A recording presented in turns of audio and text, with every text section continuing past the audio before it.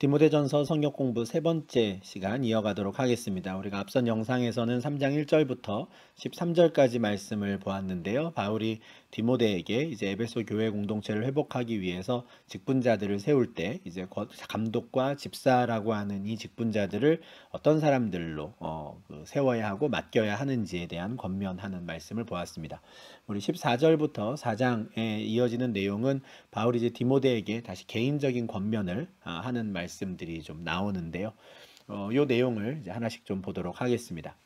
내가 속히 내게 가기를 바라나 이것을 내게 쓰는 것은 만일 내가 지체하면 너로 하여금 하나님의 집에서 어떻게 행하여야 할지를 알게 하려 함이니 해요. 원래 바울은 디모데가 있는 지금 에베소로 빨리 가고 싶었습니다. 속히 너에게 가기를 바란다 하잖아요. 1장 3절에서 우리가 보았던 대로 함께 에베소에 들렸다가 바울만 지금 마게도냐로 먼저 떠나고 에베소에 디모데를 남겨둔 상황이었습니다.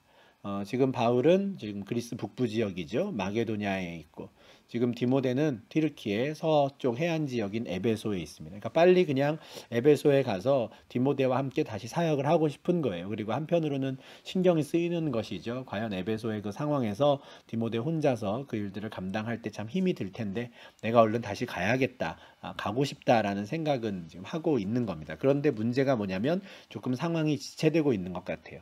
어떤 상황인지는 모르지만 마게도냐 지역에서 바울이 해야 할 일들이 계속 좀 하나둘 생기고 빨리 그냥 에베소로 내가 가려고 했는데 그러지 못하는 상황들이 벌어지고 있는 것이죠. 그러다 보니 지금 편지를 쓰는 겁니다. 지금 이 지체되고 있는 상황에서 디모데가 이 하나님의 집에서 무엇을 해야 하는지를 지금 알려주려고 편지를 쓴다라는 거죠. 이 하나님의 집이라고 하는 게 지금 바로 교회를 말합니다. 지금 특별히 디모데 입장에서는 디모데가 사역하고 있는 에베소 교회이겠죠. 물론 이 건물을 말하는 건 아닙니다. 바울은 항상 이 하나님의 집이라는 표현을 성도들의 모임, 공동체 적인 관점에서 사용합니다. 고린도전서 3장 7절부터 9절에서도 바울이냐 뭐 아볼로냐 게바냐 이 하나님 예수님의 사도들로 인해서 일꾼들로 인해 나누어져 있는 분열이 되어 있는 이 고린도 교인들에게 바울은 이렇게 말하죠. 우리는 다 하나님의 동역자들이다 이렇게 말해요. 하나님께서 당신의 집에서 일할 일꾼들로 우리를 고용하신 거고 하나님이 씨앗을 뿌리라 그러면 누구는 뿌리는 거고 누군가에겐 물을 주라 그러면 물을 주는 것뿐이다 하는 거죠. 우리는 하나님의 동역자들, 그러니까 하나님께서 일을 맡기신 우린 일꾼들이고 너희들은 하나님의 밭, 하나님의 집이다 하는 거죠. 그러니까 여기서 말하는 너희들은 이제 고린도 성도들인데요. 그 성도들 가운데 일하도록 그냥 보냄받은 일꾼들이다라고 이제 바울은 스스로를 생각을 하는 겁니다. 지금 디모데에게도 똑같은 마음으로 편지를 쓰고 있는 것이죠. 지금 디모데가 하나님의 집에서 일하는 거예요. 에베소에 있는 하나님의 집. 그 집에서 이제 일꾼으로서 디모데가 어떤 일을 해야 하는지를 지금 알려주려고 편지를 쓴다는 것이죠. 그 하나님의 집은 곧 살아계신 하나님의 교회이기도 합니다. 공동체가 곧 하나님의 집, 하나님의 교회이죠. 고린도 성도들을 향해서도 바울은 너희가 하나님의 성전이다 이렇게 말했어요. 그리고 그 하나님의 교회, 하나님의 집은 참된 진리의 기둥과 터이기도 합니다. 이 모든 성도들 한 사람 한 사람이 그 교회 공동체를 이루고 있는 떠받치고 있는 기둥인 것이죠. 그 가운데 디모데가 일을 하는 겁니다. 이 진리의 터, 진리의 기둥인데 진리 그 자체이신 예수님께서 그 집의 모퉁이 돌이 되시는 거죠. 진리 그 자체에 예수님께서 모퉁이 돌이 되시고 그곳에 처음으로 말씀의 씨앗을 뿌린 사람들, 그 사람들이 사도들과 선지자들일 텐데 그 사도들과 선지자들의 터 위에 성도들이라고 하는 그 기둥이 세워지는 겁니다. 이것이 지금 바울이 머릿속에서 상상하고 있는 하나님의 집, 하나님의 교회예요. 그리고 그렇게 든든히 잘 세워져 갈 수 있도록 기둥들이 흔들리지 않고 부러지지 않고 잘 세워져 갈 수 있도록 하기 위해서 하나님께서 직분자들을 세우시고 또 디모데를 그 에베소에 남겨두셨다라고 지금 바울은 말하는 것이죠. 그래서 지금 바울은 이제 그 하나님의 집에서 일하는 일꾼으로 부름받은 디모데가 그 집에서 그 교회에서 무엇을 해야 하는지를 알려주려고 하는데 그걸 알려주기 전에 좀 16절에서 바울은 찬양을 합니다. 가끔씩 바울의 편지를 보면 좀 이런 내용들이 있어요. 한참 쭉 이어지는 맥락과 전혀 상관없어 보이는 어떤 찬양이 나올 때가 있거든요. 로마서에도 나오고 뭐 다양한 편지에서 나오죠. 이런 거는 우리가 어떻게 생각하시면 되냐면 바울이 편지를 직접 썼든지 아니면 바울이 불러주는 그 편지를 누군가가 대필을 해서 받아 적었든지 간에 바울이 이렇게 편지를 쓰고 있는 그 과정 중에 자기가 했던 말 또는 바울의 그 편지를 받을 사람에게 전할 내용들을 머릿속에 떠오르는 순간 하나님을 향한 그 찬양하고 싶은 마음이 이렇게 벅차오를 때가 있었던 것 같아요. 지금도 그런 상황인 거죠. 감독과 집사에 대한 이야기를 하고 또 이제 디모데 본인도 그 하나님의 집에서 일할 일꾼이다라는 것을 이야기하고 그에게 어떤 권면을 할 것인가를 생각하는 중에 그 하나님의 집을 세우신 모퉁이 돌이 되신 예수 그리스도에 대한 벅찬 감정이 또 이제 올라오는 거죠. 그래서 짧게나마 그 하나님을 주님을 찬양하고 또 넘어가는 겁니다. 크도다 경건의 비밀이여 그렇지 않다 하느니 없도다. 그는 육신으로 나타난 바 되시고 영으로 의롭다 하심을 받으시고 천사들에게 보이시고 만국에서 전파되시고 세상에서 믿음 받으시고 영광 가운데서 올려지셨느니라. 이 큰 이 비밀을 찬양하지 않을 수가 없는 것이죠. 이 찬양의 주제랄까요? 찬양 받으실 분은 그분입니다. 여기서 그분은 예수 그리스도이시죠. 교회 공동체의 모퉁이 돌이 되시는 진리 되시는 그 예수님이 찬양의 대상이신데 그분은 육신으로 나타나셨고 영으로 의롭다함을 받으셨고 천사들에게 보이시고 부활하셔서 지금은 영광 가운데 올려지셨다 하는데 이런 찬양의 내용은 사도들이 전했던 복음의 핵심이면서 그리고 초대교회 성도들이 찬양했던 그 예수 그리스도의 가장 핵심적인 사역입니다. 사도행전 2장 32절 33절에 예수를 하나님이 살리셨다. 하나님이 오른손으로 예수를 높이셨다라고 복음을 전하고요.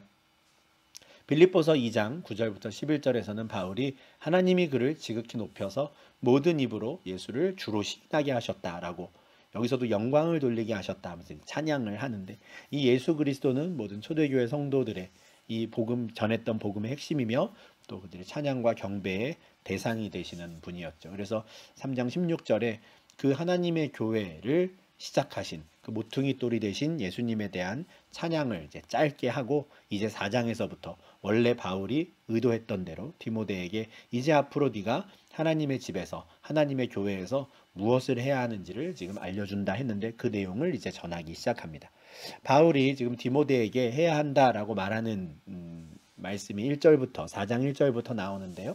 제가 읽겠습니다. 그러나 성령이 밝히 말씀하시기를 후일에 어떤 사람들이 믿음에서 떠나 미혹하는 영과 귀신의 가르침을 따르리라 하셨으니 자기 양심이 화인을 맞아서 외식함으로 거짓말하는 자들이라 해요. 성령이 이런 말씀을 하셨다는 거죠. 후일에 나중에 어떤 사람들이 믿음에서 떠나는 일이 있을 것이다 했다는 건데 그 일이 지금 에베소에서도 벌어졌다라는 거예요. 이게 지금 현재 상황인 거죠. 그러나 후일에 어떤 사람들이 믿음에서 떠난다. 이 그러나가 왜 나왔냐면 원래 이 하나님의 교회는 어떤 곳입니까? 진리의 기둥과 터예요. 하나님의 집이에요. 그러면 그런 일이 안 일어나야 할 것 같은데 그런 일이 일어났다라는 거죠. 진리의 기둥과 터인 그 하나님의 집, 에베소 교회 공동체가 가운데 믿음을 떠나는 자들이 생겼어요. 기둥이 하나씩 빠진 거죠. 그렇게 빠져나간 사람들이 그냥 뭐 신앙을 잃었나 보다 하는 상황은 또 아니었던 것 같아요. 그들이 잘못된 가르침, 미혹하는 영과 귀신의 가르침을 또 따르기 시작했다라는 거죠. 상황이 더 안 좋아졌죠. 어떻게 이런 일이 일어날 수 있을까? 왜 이런 일이 일어났을까? 참 고민도 되고 또 숙제도 되고 이런 사람들이 이제 빠져나가다 보니까 디모데가 다시 에베소 공동체를 이제 회복해야 되는 상황이고 그래서 또 감독과 집사 같은 사람들도 필요해진 상황이고 한데 이런 일은 안 일어났어야 할 것 같고 정말 하나님의 집이고 교회라면 이런 일과는 관계가 없어야 될 것 같은데 이런 일이 일어났단 말이죠. 더 놀라운 것은 성령께서 이미 그렇게 말씀하셨다라는 겁니다. 어쩌면 바울은 일어날 일이 일어났어 라는 뉘앙스로 지금 말하는지도 모르겠어요. 놀랄 일이 아니다 라는 거죠. 안타깝지만 인간적으로는 참 애석하지만 이미 우리가 디모데전서 1장에서도 보지 않았습니까? 후메네오와 알렉산더와 같이 믿음에서 파손하는 자들, 선한 양심을 갖고 있다가 그 양심을 잃어버린 사람들이 이제 나타났는데 참 안타깝죠. 같이 신앙생활 하던 사람들 중에 그런 사람들이 있으면. 그런데 바울은 또 다른 한편으로는 일어날 일이 일어난다라고 말하는 거예요. 성령께서 이미 말씀하신 대로가 되는 것이죠. 이에 대한 말씀은 예수님이 직접 하신 말씀이기도 합니다. 마태복음 24장 5절에 많은 사람이 내 이름으로 와서 내가 그리스도다라고 해서 사람들을 미혹할 거다 했는데 에베소 교회에 이런 일이 일어난 거죠. 거짓 선지자가 많이 일어나서 많은 사람을 미혹하는데 그렇게 미혹당하는 사람들이 있고 그렇게 교회 공동체를 떠나서 이제는 미혹하는 영과 엉뚱한 가르침을 따라가는 것이죠. 사도 베드로도 이런 사람들이 공동체 가운데 나타난다라고 말씀한 바 있습니다. 그러나 백성 가운데 또한 거짓 선지자들이 일어났었다. 여기서 말하는 백성은 구약의 이스라엘 백성들이거든요. 구약의 이스라엘 백성들 중에도 거짓 선지자들이 일어났는데 이와 같이 똑같이 너희 중에도 신약의 그리스도인 공동체 가운데에도 거짓 선생들이 나타난다는 거예요. 그럼 누가 거짓 선생이냐? 자기들을 사신 주님을 부인하는 거예요. 핏값으로 한 사람 한 사람을 사셨는데 주님이 나를 사셨다라는 걸 부인하는 자들. 다시 말해서 예수 그리스도의 다 이루신 공로를 부인하는 자들입니다. 이런 사람들이 거짓 선생들이고 지금 우리가 말하는 이단이에요. 이단이라고 하는 사람들은 예수님을 모르는 사람들이 아닙니다. 예수를 아는 사람들이에요. 그러니까 예수를 모르는 사람들은 우리가 이단이라고 안 해요. 아예 다른 종교라고 말하지요. 이단은 누구냐면 예수를 알고요. 또 예수를 인정하기도 합니다. 그런데 예수님께서 하신 일이 완전하다고 말하지 않는 사람들인 거예요. 그거를 지금 베드로는 주님을 부인했다라고 말하는 것이죠. 구약의 거짓 선지자들도 똑같았거든요. 여호와 하나님을 섬기라고 해요. 그런데 여호와 하나님으로 충분하지 않고 여호와 하나님과 바알을 함께 섬기라고 했죠. 똑같은 사람들이 신약 시대 때도 나타나는 겁니다. 주님을 섬겨야 된대요. 근데 주님으로 부족하고 다른 게 필요하다고 말하는 사람들, 그 사람들이 다 이단이고 거짓 선생들입니다. 예수 그리스도께서 인간의 영혼은 구원하셨는데 인간의 육신을 구원하는 데에는 실패했다. 그 사람이 문선명입니다. 이 주장을 문선명이 하죠. 그래서 통일교를 만드는 겁니다. 예수를 100% 예수를 모른다 하는 게 아니에요. 예수는 인간의 영혼을 구원했대요. 그런데 인간의 육체를 구원하는 일에는 실패했기 때문에 문선명을 통해서 인간의 육체가 구원받을 수 있다 말하는 거죠. 그게 통일교입니다. 거기서 아르로 나온 게 JMS 정명석이죠. 신천지 이만희도 마찬가지예요. 예수 그리스도를 이야기를 하긴 해요. 근데 그걸로 부족하다는 거죠. 더 중요한 건 이만인 거예요. 더 중요한 게 문선명이고 더 중요한 게 정명석인 거죠. 이런 이단들의 특징은 공통됩니다. 주님을 100% 인정하지 않아요. 절반만 아니면 더 적게 주님의 능력을, 주님의 공로를 생각하는 사람들이죠. 이런 사람들이 이단인 거예요. 근데 이런 사람들이 나타날 거라고 예수님도 말씀하셨고 사도 베드로도 말했고 그리고 그런 일들이 지금 에베소 공동체 가운데에도 일어났다라는 거죠. 그럼 이런 사람들은 왜 일어나느냐? 왜 나타나느냐? 욕심이 많은 사람들입니다. 이 사람들은. 탐심이 가득한 사람들이에요. 탐심을 가지고 지어낸 말로 사람들을 이득으로 삼는 사람들이죠. 이 표현이 참 중요합니다. 이 사람들은 말로는 예수를 이야기하고요. 거룩한 온갖 말들을 쏟아내요. 그러나 속마음은 어떻습니까? 각 사람을 이득으로 삼는 사람들이에요.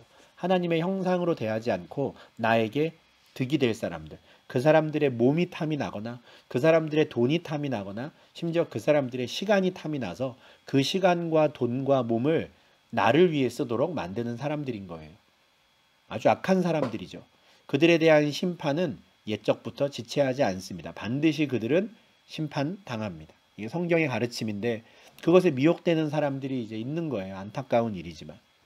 로마서 16장 18절에도 그런 사람들은 그리스도를 섬기는 사람들이 아니라 그래요.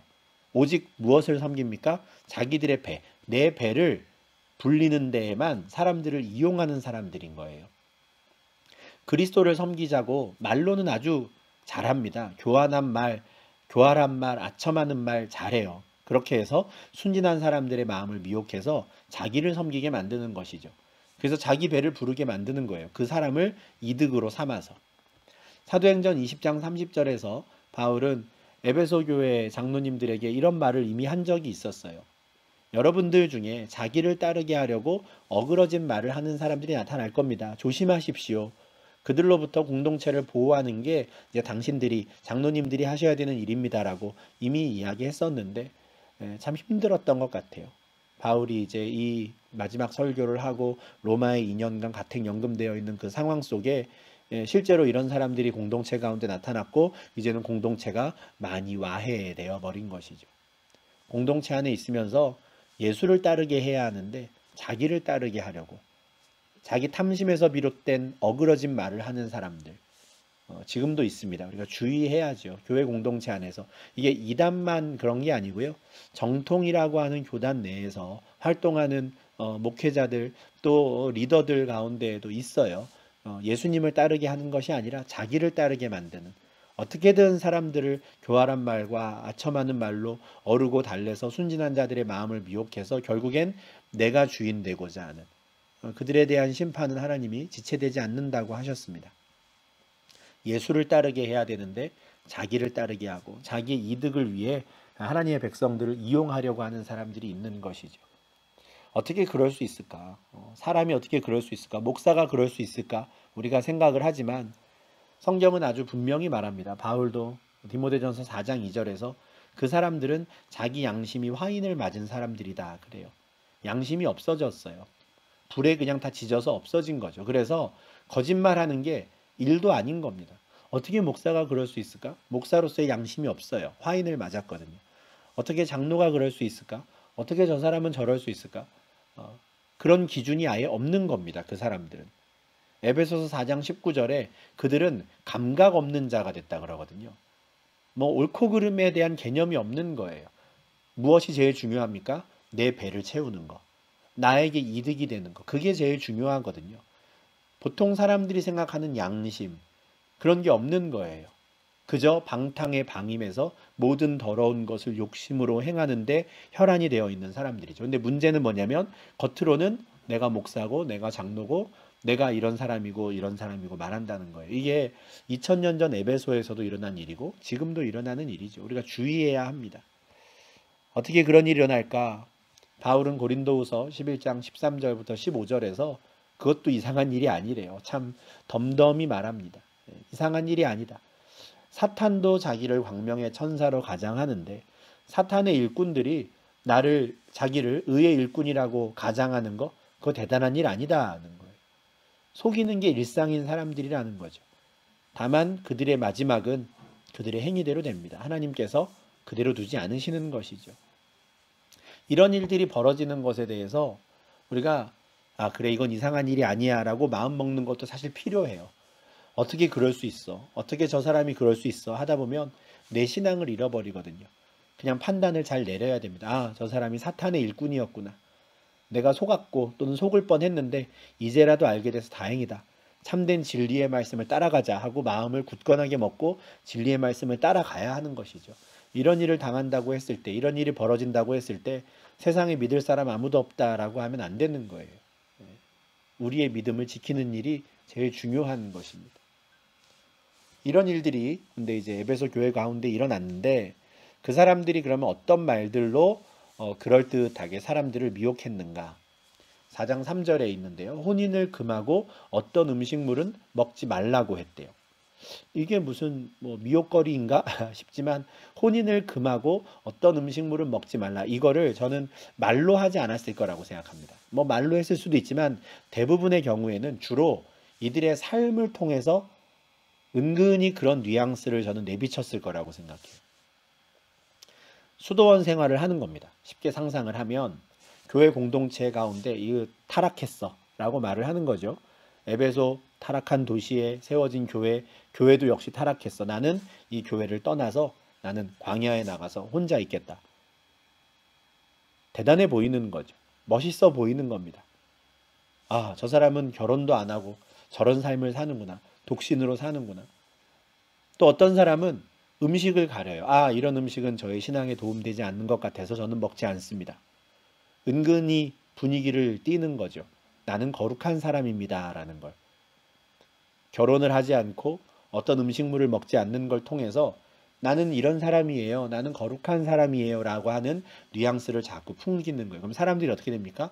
그 사람이 좋은 신앙을 갖고 있는 것 같고, 결혼을 하고 음식을 가려 먹지 않는 내가 참 타락한 사람처럼 되는 거죠. 그렇게 점점점 미혹되어서 그들에게 따라가는 거예요. 그런 거짓 교사들이 에베소 나타났던 것 같아요.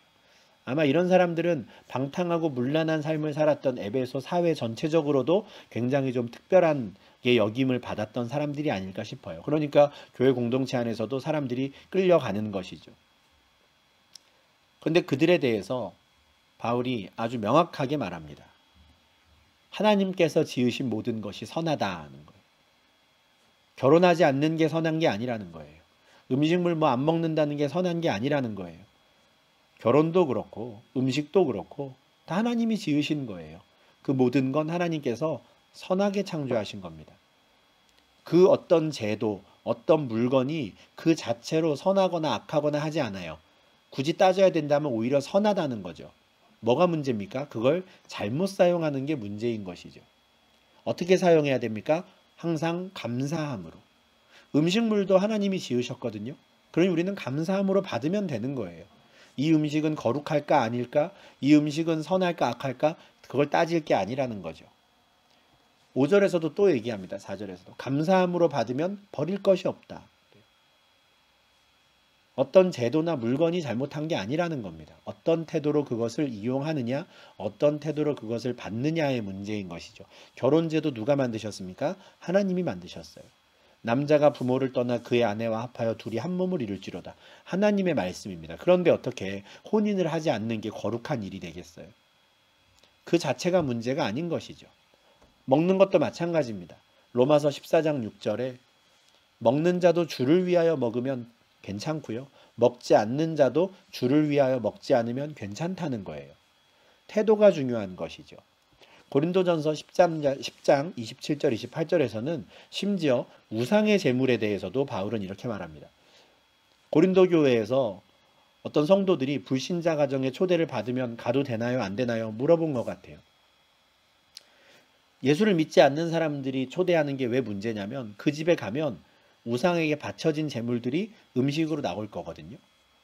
100%는 아니더라도 분명히 섞여 있게 되어 있어요. 특별히 고기는 거의 뭐 100이면 100 우상에게 한번 제물로 바쳐졌던 것일 가능성이 많아요.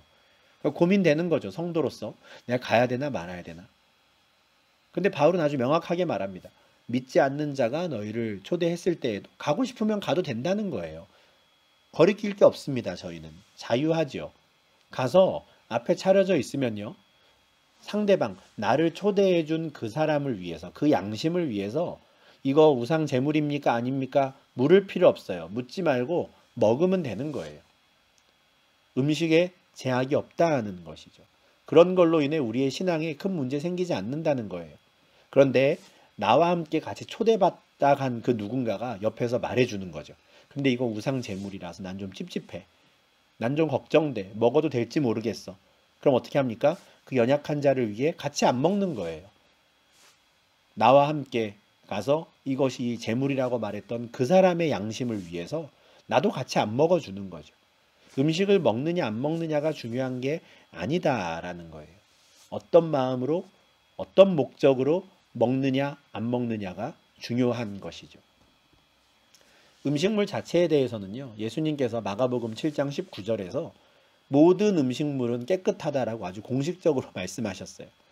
마가복음 7장에 어떤 내용이 있냐면 바리새인들이 손을 씻지 않고 음식을 먹는 예수님의 제자들을 보고 부정하다.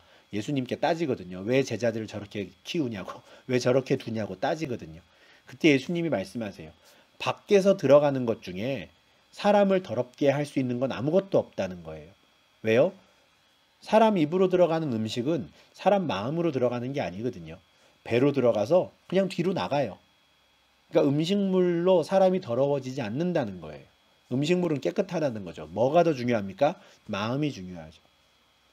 마음에 무엇이 있느냐에 따라서 더러운 마음이면 거기서부터 더러운 행동이 나오는 것이고 그 사람이 더럽게 되는 것이죠. 음식물의 문제가 아니라는 겁니다. 근데 지금 에베소 교회 공동체 가운데 음식물로 사람들을 선하다 악하다 말하는 사람들이 나타나는 거예요. 이 마가복음 7장에서 예수님께서 그 바리새인들에게 하셨던 책망하셨던 말씀을 들어야 하는 자들인 것이죠. 혼인이라고 하는 그 제도가 어떤 음식이냐가 사람을 정하게 하거나 부정하게 하거나 선하게 하거나 악하게 하거나 하지 않습니다. 바울이 4장 5절에서 아주 명확하게 선포하죠. 하나님의 말씀과 기도로 거룩하여짐이라. 이제 거듭난 자들은 감사함으로 받으면요, 받지 못할 게 없다라는 거예요. 주의 말씀과 기도로 모든 것이 다시 회복되기 때문에 그렇습니다. 예수님께서 사도행전 10장 15절에서 베드로에게도 직접 말씀하셨죠. 베드로에게 이제 앞으로 이방인들도 하나님 나라 백성이 되게 할 거다라는 것을 이제 환상 가운데 말씀하시면서 하나님께서 깨끗하게 하신 것을 내가 속되다 하지 말라 직접 말씀하셨거든요. 하나님께서 유대인과 이방인의 경계를 다 허무실 때 음식에 있어서도 율법에서는 있었죠. 구약의 율법에서는 선한 음식, 악한 음식, 정결한 음식, 부정한 음식에 대한 경계가 있었는데 그것까지도 다 이제는 허무셨습니다. 말씀과 기도로 거룩해진 것이죠. 그런데 지금 그런 걸 다시 도입하는 사람들이 있는 거예요. 마치 구약의 율법으로 돌아가야 한다고 말하는, 그리고 그렇게 살아가는 사람들을 성도들이 좋게 보는 거죠. 미혹되어 가는 겁니다. 이런 상황에서 바울은 디모데에게 너가 참된 진리로 형제를 깨우쳐야 한다 이렇게 말해요. 이게 이제 바울이 말했던 디모데가 이제 앞으로 하나님의 집에서 하나님의 교회에서 해야 할 일인 겁니다. 너는 이것으로 형제를 깨우쳐야 한다. 이것이 뭐겠어요? 참된 믿음, 참된 진리죠. 지금 4장 1절에서 어떤 사람들이 믿음에서 떠나고 있다 그랬잖아요. 그럼 다시 믿음으로 돌아오도록 그 믿음을 가르쳐야 하는 겁니다. 그걸로 일깨워야 하는 것이죠. 디모데는 그의 어머니 또 외할머니께로부터 복음을 들었고 또 바울로부터 교훈을 받은 사람이거든요. 그러니까 바울로부터 받았던 그 교훈을 가지고 형제들을 일깨워야 하는 겁니다. 그거는 아주 귀한 사역이고 꼭 필요한 일인 거예요. 디모데가 꼭 해야 하는 것이죠. 고린도전서 14장 19절에서 교회에서 네가 남을 가르치기 위하여 깨달은 마음으로 5마디 말을 하는 것이 1만마디 방언으로 말하는 것보다 낫다 했거든요. 그러니까 이거를 누군가를 정죄하거나 판단하거나 어떤 우월한 감정을 가지고 하는 말이 아니고요. 정말 다른 사람을 깨우치기 위해서, 다른 사람을 잘 가르쳐서 참된 복음으로 돌아오도록 하기 위해서 그렇게 깨달은 마음으로 5마디 말을 하는 것, 이건 정말 귀한 일인 겁니다. 그거를 지금 디모데에게 해야 한다라고 말하는 것이죠.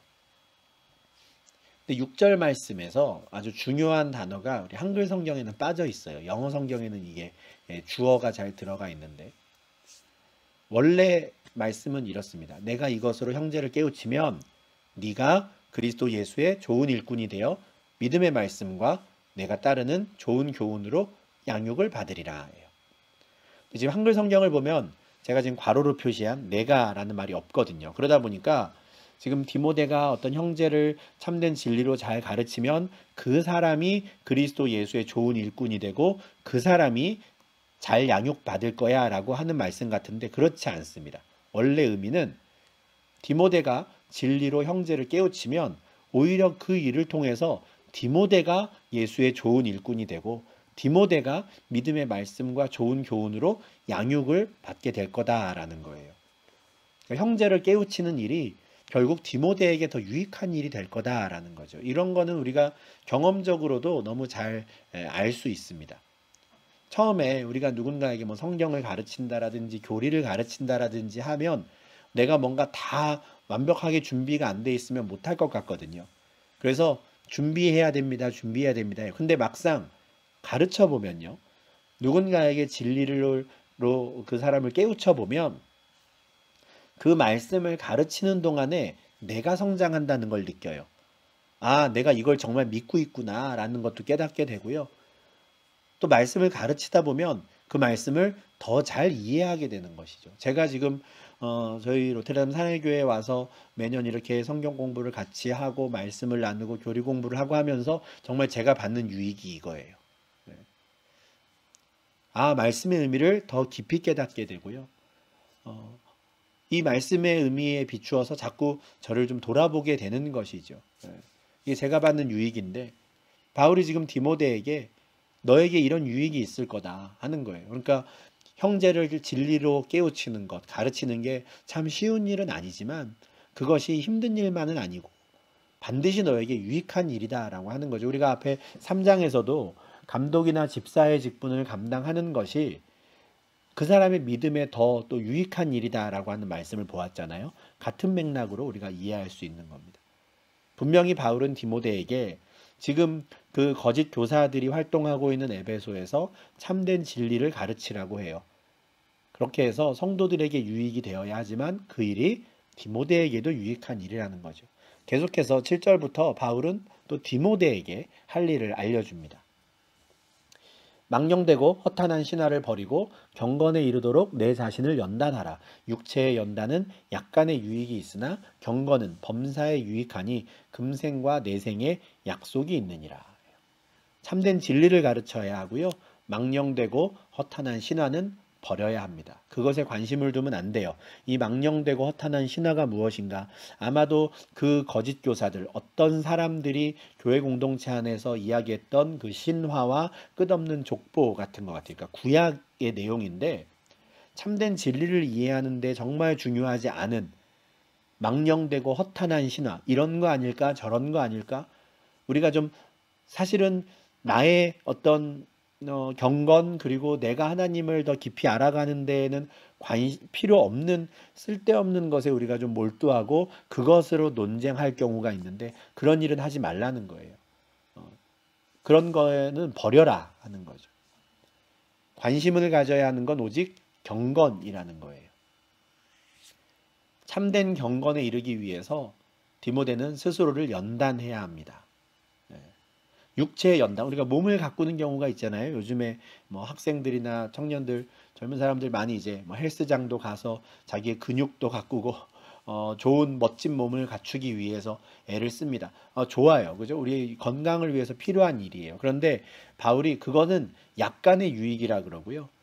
정말 우리의 속사람을 가꾸는 것, 이 경건은 범사에 모든 일에 있어서 유익하다 그래요. 그러니까 이 정말 육체를 연단하는 것처럼 운동선수들이나 또는 뭐 젊은 사람들이 육체를 연단하는 것처럼 이 경건을 위해서 연단해야 되는 거죠. 노력해야 하는 것이죠.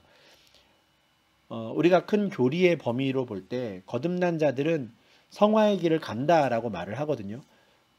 그때 어디에 강조점을 두느냐에 따라서 우리가 하나님의 주권에 강조점을 두면 하나님께서 성화의 길을 가게 하십니다. 이렇게 표현할 때가 있어요. 그런데 그 말이 무슨 엘리베이터 탄 것처럼 자동으로 올라간다는 말이 아닙니다. 인간의 관점에서 보면 우리는 우리의 노력을 해야 돼요. 내 자신을 연단해야 하는 것이죠. 가만히 있는다고 되는 게 아닌 거예요. 바울도 마찬가지로 그랬습니다.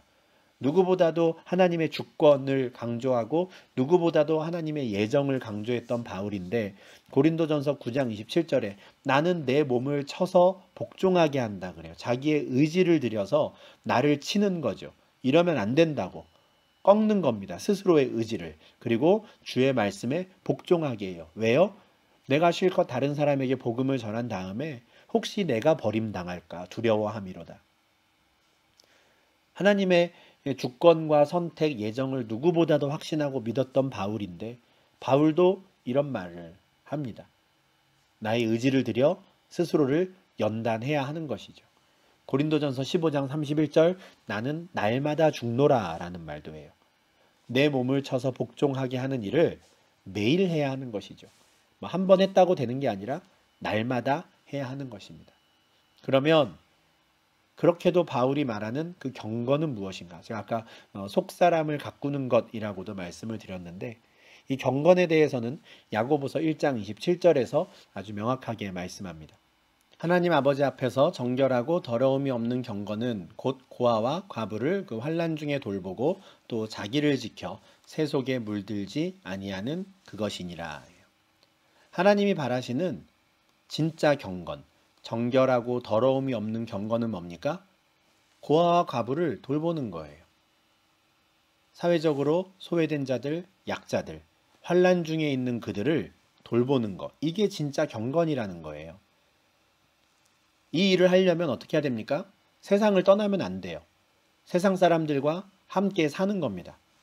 그런데 그렇게 세상 사람들과 함께 살면서도 자기를 지켜서 세속에 물들지 않는 것. 그게 참된 경건이라는 거예요. 그런데 이 세상은 타락했어. 이 세상은 부정해. 나는 이들과 함께 하지 않을 거야. 그러고 혼자 따로 나와서 나는 독신으로 살 거야. 그 경건 아니라는 거예요. 어떤 음식물을 먹을까 말까? 그거 경건 아니라는 겁니다. 참된 경건은 결혼을 하냐 마냐, 이거 먹어도 되냐 안 되냐에 달려있지 않아요. 참된 경건은 소외된 자들, 가난한 자들을 환난 가운데 돌보고 그 일을 하면서도 세속에 물들지 않으려고 애를 쓰는 것. 그게 진짜 경건인 것이죠. 바울은 디모데에게 네가 그 경건에 이르도록 연단해라. 스스로를 쳐 그 몸을 복종케 해라 하거든요.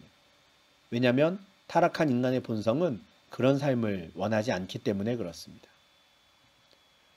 9절부터 11절에서 바울은 다시 한번 미쁘다 이 말이여 모든 사람들이 받을 만하도다 라고 이야기하면서 정말 참된 진리가 이것이다 라는 것을 선포합니다. 이를 위하여 우리가 수고하고 힘쓰는 것은 우리 소망을 살아계신 하나님께 두미니 곧 모든 사람 특히 믿는 자들의 구주시라. 너는 이것들을 명하고 가르치라. 바울은 디모데가 가르쳐야 하는 이 진리가 정말 모든 사람들이 받을 만하다라는 확신이 있어요. 그러니까 에베소 교회에서도 계속 이걸 가르치라고 하는 거거든요. 그리고 그가 이것이 참된 진리라고 확신하는 이유는 무엇이냐면 그의 소망은 하나님께 있었기 때문에 그렇습니다. 우리가 이 일을 위해서 왜 이렇게 수고하고 애를 써야 하느냐? 하나님이 살아계시기 때문이다라는 거예요. 살아계신 하나님이 우리의 소망 되시니 저 거짓 교사들이 활개를 치고 활동을 하더라도 우리는 수고하고 이 일을 위해 힘써야 한다 하는 것이죠. 그 살아계신 하나님은 모든 사람, 특히 믿는 자들의 구주가 되시니 우리가 마땅히 수고하고 힘쓰고 이것들을 가르쳐야 한다 하는 것이죠. 2장 4절에서도 바울은 하나님은 모든 사람이 구원을 받으며 진리를 아는 데 이르기를 원하시느니라 했거든요. 그러니까 방금 우리가 보았던 그 말씀에서도 바울은 하나님께서 모든 사람의 구주가 되신다 하는 거예요. 그런데 특히 믿는 자들의 구주시라 이렇게 말하죠. 하나님은 분명 모든 사람이 구원을 받으며 구원받기를 바라십니다. 거짓말이 아니에요. 그러나 이 은혜는 모든 사람에게 자동적으로 주어지는 것은 아니라고 말씀드렸습니다. 모든 자에게 주어지나 믿는 자에게만 주어지는 겁니다. 보편적이나 또는 동시에 배타적인 것. 이게 복음의 능력이고 하나님의 구원이에요. 이 복음은 모든 자에게 구원을 주시는 하나님의 능력이 되는데 실제 이 능력을 누리려면 믿는 자여야 하는 것이죠. 복음은 모든 믿는 자에게 구원을 주시는 하나님의 능력입니다. 바울은 이에 대한 확신이 있었어요. 그리고 이 복음을 우리에게 주신 하나님이 지금도 살아계시다라는 소망이 있었습니다. 그러니 우리가 이 일에 수고하고 힘쓰자. 디모데야 너는 이것들을 명하고 가르쳐야 한다. 참된 진리를 명하고 가르쳐야 한다. 참된 경건이 무엇인지 가르쳐야 한다 하는 것이죠. 예수님께서 승천하시기 직전에 제자들에게 내가 너에게 분부한 모든 걸 가르쳐 지키게 하라 그러셨거든요. 그 가르치는 것만이 아니라 이제 지키게 하는 것까지 이제 해야 되는데 그렇게 해서 참된 제자를 삼아 가는 것이죠. 이 막중한 임무를 지금 바울은 디모데에게 부탁하고 있습니다. 사실 빨리 가가지고 같이 그 일을 하고 싶은데 지금 마게도냐 상황이 여의치 않아서 어쩔 수 없이 편지로라도 써서 지금 디모데에게 권면하고 지금 이 일을 해야 한다. 다른 일 할 게 아니라 허탄한 신화와 족보에 빠져서 허우적거릴 게 아니라 우리는 참된 진리를 가르쳐야 한다. 이걸 권면하는 것이죠. 그리고 디모데가 스스로를 연단하며 스스로 어떤 모습을 갖추어야 하는지에 대해서도 또 알려줍니다. 12절 13절인데요. 누구든지 내 연소함을 업신여기지 못하게 하고 오직 말과 행실과 사랑과 믿음과 정절에 있어서 믿는 자에게 본이 되어 내가 이를 때까지 읽는 것과 권하는 것과 가르치는 것에 전념하라 해요. 누구든지 어떤 사람이라도 연소함, 네가 나이가 적다라는 것으로 인해 무시하지 못하게 해라 그래요. 이 에베소는 터키 지역이니까 아시아 지역입니다. 그러니까 이게 동양적인 문화권인 거죠. 나이가 중요한 겁니다. 근데 디모데가 나이가 어렸던 것 같아요. 근데 지금 에베소에는 온갖 사상이 뒤섞여 있는 곳이고 공동체 가운데에도 거짓 교사들이 들어와서 활동한단 말이죠. 그 사람들이 디모데에게 뭐라고 말하냐면 나이도 어린 놈이 이렇게 하는 거예요. 네가 세상을 뭘 알아 이야기하는 것이죠. 그런데 누구라도 너가 나이가 적은 것으로 인해 너를 업신여기지 못하게 해라. 그래. 어떻게 그럴 수 있을까? 그냥 말로만 저 나이 어리다고 무시하지 마세요. 그럴 수 없는 것이죠. 어떻게 해야 되냐면 본이 되어야 한다 그래요. 말과 행실과 사랑과 믿음과 정절에 있어서. 앞서 우리가 감독의 직분에 합당한 사람, 집사의 직분에 합당한 사람에 필요한 덕목을 보았는데 여기에 다 종합되어 있지요. 말과 행실에 있어서 책망할 것이 없어야 하고요. 사랑과 믿음과 정절에 있어서 사람들에게 그 품성이, 덕목들이 나타나야 하는 것이죠. 이렇게 본이 되는 것 외에는 다른 방법이 없습니다.